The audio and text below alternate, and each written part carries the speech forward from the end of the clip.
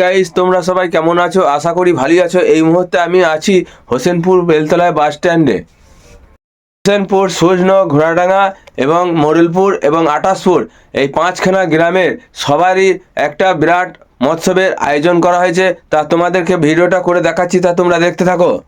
আজকে হচ্ছে 13ই নভেম্বর। আজ সন্ধ্যা থেকে পুরো সারা রাত্রি হরিনামটা হবে। তা তোমাদেরকে হরিনামটা পুরো স্টেপ বাই স্টেপ দেখাবো, তা তোমরা দেখতে থাকো। ভিডিও ব্লগটা করছিলাম, তখন আমার একটা বন্ধু হয়, সে বলল ভালো করে ভিডিও কর, নলে কেলাবো। বিকাল 4টে থেকে প্রায় রাত্রি 8টা হয়ে গেল, সব সবজি কাটাকুটি চলছে এবং তোমাদেরকে সবজিগুলো রেডি হয়েছে, তাও তোমাদেরকে দেখাচ্ছি। তা ভিডিওটা তোমরা দেখতে থাকো। যারা কাটছিল, কে বলল বিড়ি খাবো, তাই একটা বিড়িও পর্যন্ত দিয়ে দিল। একটা পাড়ার ছেলে কথা বলে, তা সে সবজি এত স্পিডে কাটছিল বাঁধাকপি, তা কাটতে কাটতে তার হাত কেটে গেছে। তা তোমাদেরকে সেটাও দেখাচ্ছি। কাটতে কাটতে তারা বোর হয়ে গেছিল এবং তাদের এনার্জি পাওয়ার দেওয়ার জন্য মিতনদা চা নিয়ে আসছে এবং তাদেরকে চা দিচ্ছে। গুরুদেবকে স্মরণ করে এবং প্রণাম জানিয়ে মৎসবের যে সমস্ত আইটেমগুলো রেডি করা হয়েছিল, সমস্ত মাল রেডি হয়ে গেছে। পুরো খিচুড়ি থেকে শুরু করে পায়েস, বোঁদে সব রেডি। এই মুহূর্তে সব মালগুলো নিয়ে যাওয়ার জন্য সবাই সিদ্ধান্ত করছিল কিভাবে নিয়ে যাব, তাই নিয়ে যাওয়ার সিদ্ধান্ত চলছে। 12:30 থেকে খাওয়া দাওয়া এবং মৎসবের খাওয়া দাওয়া শুরু হয়ে যায় এবং খাওয়া দাওয়া ভালোই চলছিল।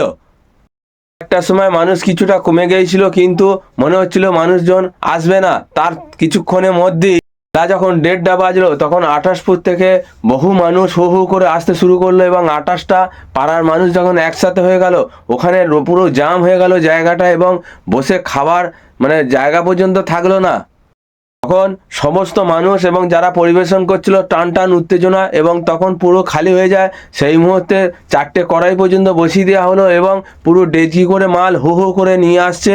এবং যখন ডেচকি করে খিচুড়ি নিয়ে যাচ্ছিল, তখন তারা ধরাম করে নামিয়ে ফেললো ডেচকিটা এবং তারা এক্সারসাইজ করতে লাগলো। হঠাৎ আমি কি হলো দেখি, গিয়ে দেখছি যে তারা এক্সারসাইজ করছে এবং জিম করছে।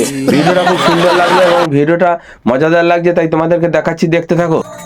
হুড় করে এত মানুষ আসছে, তা এই সময় তা বসবার মতো জায়গা নাই এবং খেতে যে বসবে তাও জায়গা নাই। তাই পাতা নিয়ে সবাই দাঁড়িয়ে আছে এবং একদিকে খিচুড়ি তৈরি হচ্ছে, তাও তোমরা দেখাচ্ছি। তা দেখো, এত মানুষ বসেছে, তা তোমরা হিসাব করে দেখো কতগুলো মানুষ একসাথে বসেছে। মনে হচ্ছে এখন যেন আরও জায়গাটা ডবল হলে ভালো হতো। তা তোমাদেরকে পুরো প্যান্ডেলটা ঘুরিয়ে তোমাদের ভিডিওটা দেখাচ্ছি, তা তোমরা দেখো। আমি কোনোদিন পরিবেশন করি নাই এবং খাবার কোনোদিন দিই নাই, তাই আমি থাকতে না পারে আমি নিজেও লেগে পড়লাম এবং লাস্টে স্টেজে মেকআপ দিলাম। ভিডিওটা কেমন লাগলো তা বল।